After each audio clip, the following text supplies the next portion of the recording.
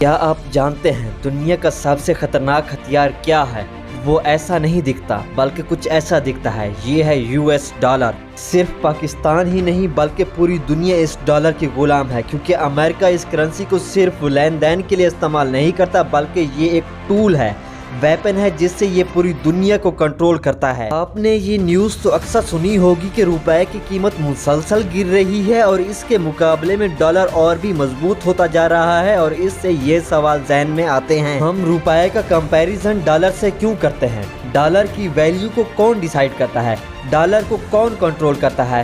ان کے ساتھ اور بھی بہت کچھ جانیں گے اس ویڈیو کے اندر۔ آج کے دور میں ڈالر ایک بیک اپ کرنسی بن چکی ہے۔ اگر آپ ملک سے باہر چلے جائیں تو روپے کے کمپیریزن میں ڈالر کے ساتھ اچھی طرح سے لین دین کر سکتے ہیں۔ ڈالر ایک انٹرنیشنل کرنسی ہے، لیکن یہ بنجامن کا ڈالر آخر انٹرنیشنل کرنسی بنا تو کیسے؟ فرسٹ ورلڈ وار تک دنیا کی ساری کرنسیز گولڈ کے ساتھ لنک ہوا کرتی تھی، یعنی سینٹرل بینک جتنے ویلیو کے نوٹ چھاپتی اتنے ویلیو کا گولڈ بیک اپ میں اپنے پاس رکھتے تھے۔ دوستو، کہانی میں ٹویسٹ تو اب آتا ہے جب ورلڈ وار کے دوران یورپ کے سارے ملکوں کا گولڈ ختم ہو گیا تھا اور یہ لوگ ٹریڈ نہیں کر پا رہے تھے، تو اس وقت گولڈ کے 70% ریزرو صرف ایک ملک کے پاس تھے۔ یہ وہ وقت تھا جب US ڈالر ساری کرنسیز کے اوپر جا کر بیٹھ گیا۔ 1947 میں ایک ایگریمنٹ ہوا جس کے تحت سارے لوگ اپنی کرنسیز کو US ڈالر کے ساتھ لنک کریں گے اور US ڈالر گولڈ کے ساتھ لنکڈ رہے گا۔ زمبابوے میں ہائپر انفلیشن ہے، ان کی کرنسی کی کوئی ویلیو نہیں، ان کے لوگ ڈالر میں ہی لین دین کرتے ہیں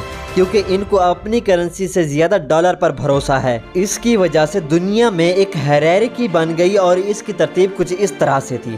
ٹاپ پر تھا گولڈ اور گولڈ کے ساتھ لنکڈ ہوا کرتا تھا ڈالر اور ڈالر کے ساتھ لنکڈ ہوا کرتی تھی دوسری کرنسیز۔ یہاں تک تو سب ٹھیک چل رہا تھا، لیکن 1971 میں امریکہ کے پریزیڈنٹ نیکسن کیمرے کے سامنے آئے۔ I have directed the Secretary of the Treasury to take the action necessary to defend the dollar against the speculators. I have directed Secretary Connally to suspend temporarily the convertibility of the dollar into gold or other reserve assets, except in amounts and conditions determined to be in the interest of monetary stability and in the best interest of the United States. انہوں نے gold کو بیچ میں سے ختم کیا اور feed جو کہ ڈالر کو کنٹرول کرتی تھی ان کو پوری آزادی دے دی، یعنی ہماری ہیرارکی میں سے گولڈ کو نکال دیا گیا۔ آج کے دور میں اگر ہم سعودی عربیہ سے پٹرول لیتے ہیں تو ہم روپے کو ڈالر میں کنورٹ کریں گے اور فیڈ ڈالر کو ریال میں کنورٹ کرے گا اور اس طرح سے ان کو پیمنٹ کی جائے گی۔ فیڈ ہی ڈیسائیڈ کرے گا کہ کون سا ملک ڈالر میں لین دین کر سکتا ہے اور کون سا نہیں۔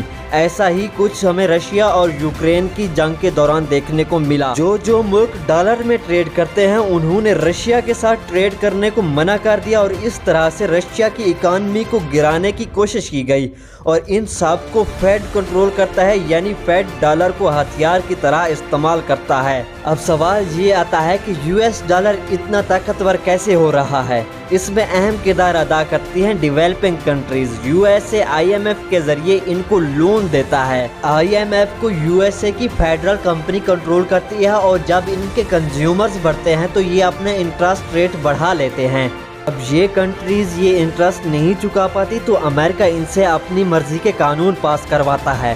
اس سال فیڈرل نے 5 بار اپنا انٹرسٹ ریٹ بڑھایا ہے اور آگے جا کر یہ اور بھی بڑھنے والے ہیں۔ اس سے لوکل کرنسیز کی ویلیو کم ہو رہی ہے۔ دنیا کے مختلف بزنس مین اپنا بزنس ڈالر میں کنورٹ کر رہے ہیں، جس کی وجہ سے ڈالر کی ڈیمانڈ اور بھی بڑھتی جا رہی ہے۔ پریزیڈنٹ نیکسن کے سیکریٹری نے ایک بات بولی تھی، dollar is our currency but your problem, اور اسی پرابلم کا سامنا آج پوری دنیا کر رہی ہے۔ کیا ڈالر کو چیلنج نہیں کیا جا سکتا؟ تو اس کا جواب کافی کمپلیکیٹڈ ہے۔ اس کے لیے ایک سٹیبل اکانومی چاہیے اور وہ چائنا ہے۔ چائنا نے ڈالر کو ریپلیس کرنے کی کوشش بھی کی تھی، لیکن چائنا کو ایک ایگریسو کنٹری مانا جاتا ہے جس کی وجہ سے یہ ناکام ہو گئے تھے۔ یورو بھی ڈالر کو ہٹانے کی طاقت رکھتا ہے، اس کو دنیا تو چھوڑو برطانیہ نے بھی ماننے سے انکار کر دیا تھا۔ یہ تھے ہمارے اوپینین۔ اس بھری دنیا میں ہر کسی کا اپنا ایک ویلیویبل اوپینین ہوتا ہے، اور آپ کے کیا اوپینین ہیں ہمیں کمنٹ میں ضرور بتائیں۔ شکریہ۔